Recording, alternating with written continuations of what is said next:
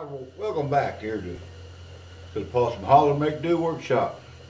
Today I'm going to show you how I start with getting my wood ready for making a head for a barrel. This here is just an old skid. I try to get something roughly close to a 1/2 inch. It could be over 1/2 inch because I got a planer. I can run through a planer and bring them down to 1/2 inch. I've seen a lot of things on YouTube and the internet about breaking skids down, taking nails out and stuff, but pretty rough getting these nails out. They're sunk in there good. They're different type of nail, like a screw nail, and when it gets in that wood, it's in there pretty good. Most of the time you're going to end up breaking your wood, splintering your wood off. You can get them off. I've used Sawzall. Take a Sawzall, come down through here and cut your nail heads off, and just take a punch and knock off the rest of them. But what I do here with making my heads, I don't need the whole board. I just need about a foot. So this in here is probably roughly 14-15 inches. So I just take I got a little electric saw here, an old thing. Keep the chain sharp, it does all right. You hit a nail, ain't no big deal. You want to take a good saw, cut this down through here and hit a nail and take it off. So this is what I do here.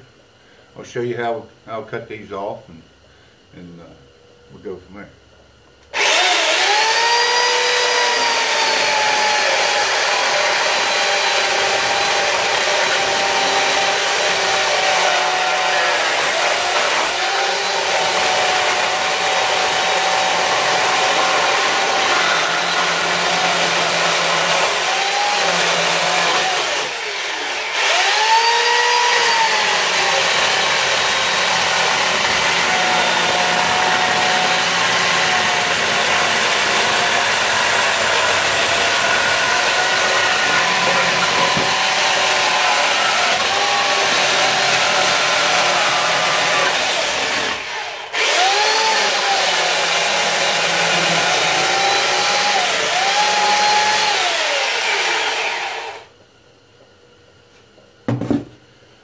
There's what you end up with.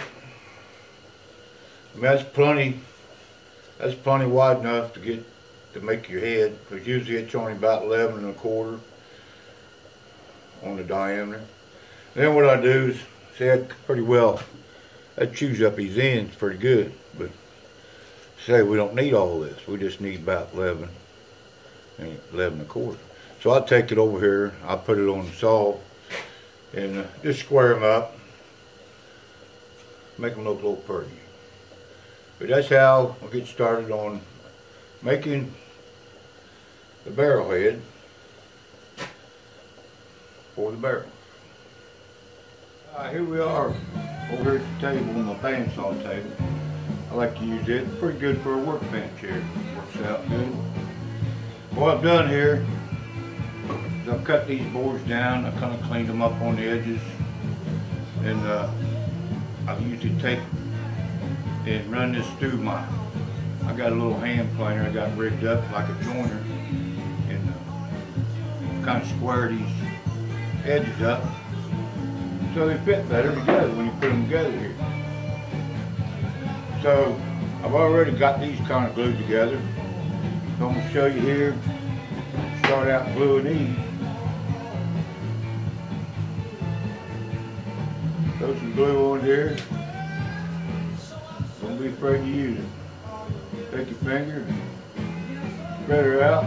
You don't have to worry too much about being out here on the ends, because you're going to cut this off anyway. But I like to get them joined up pretty good.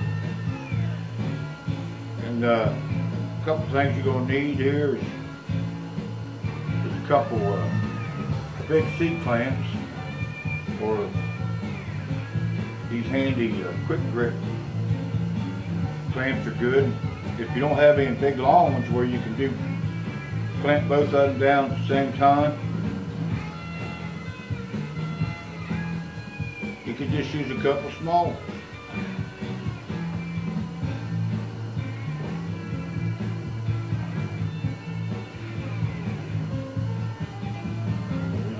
a couple of them going here, laying down beside one another, and rub them back and forth. Rub that glue back and forth. Take out them air bubbles. It'll seal a lot better that way. Go to your next one. Put that glue on your head. Pretty heavy. You don't want too heavy. You don't want it just laying them puddles, but they're in there pretty good. You can clean this all up. This all be cleaned up. You throw a little sandpaper on it. Throw a little sandpaper on there and clean that up anyway. Now these here, I didn't really have to run through the clamp. These are already right at ½ inch. So that gives me one less step I had to do. I always take one end here and line it up on one end. Then the other end there, usually one of them's going to be longer than the other one, so you know, it don't have to be perfect. We're doing gluing some board together here. Now if you want to get fancy, you can tongue and groove these on the router. Take your router bit, make a tongue and groove on them. Put biscuits in them. Get a biscuit joiner, put biscuits in them. But you don't need all that. Wipe a little bit of this glue off. Then I just kind of slide them together here. Now these ain't glued here in the middle. This is two separate. You got head here and head here. You got 4 boards on each head. Now I just take my clamps. I'm on about a quarter way over. Clamp it. I only got one of them quick grip long ones. So got to use this little clamp. This is a pretty good clamp. Just clamp them together and you start seeing some glue come out. Now what I got here, so it's going to bow up on me. I got some more clamps over there that you can put across here and hold them together, but you don't need all of that. I take these weights right here, put these weights down on here. Weight that thing down a little bit.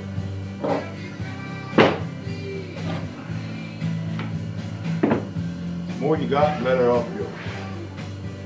And just tighten it up. Just see that glue start to squirt out of there. You put wax paper underneath of them. It keeps them from sticking to the table. Usually all you have to do is take your hammer, tap a few times, they'll pop right there. But this is how I do that with the gluing the heads up. You gotta let them set like this right here. This is what pop up. So I'll just take one of these clamps here, put this clamp on here, tighten it down. Move this over here because I got a clamp on it. Seems like everything's laying down pretty flat. They're smashed together there. Wipe off some of this glue. Maybe just got a set weight. Maybe sit down and drink a beer, get a hot dog or hamburger or something. Better set. Usually about probably an hour, a good hour, 2 hours best. You can start cutting these, making them circles. But I usually let them set overnight, 2 or 3 days. Whenever I, get ready to start doing it. But within an hour, you can probably cut these. But that's going to be on another video. We'll show you how to cut the circles. I made me. I got a homemade. How I cut my circles out. This is homemade. I mean, you can buy them. I think a good one costs you about 30, 40 bucks probably. This didn't cost me nothing. Because I make do with what I got. And this works perfect. So, tune in next time here, and well, I'll show you how to cut the circle out on the barrel bit. Hope to see you next time. Make awesome holler, make do, work something.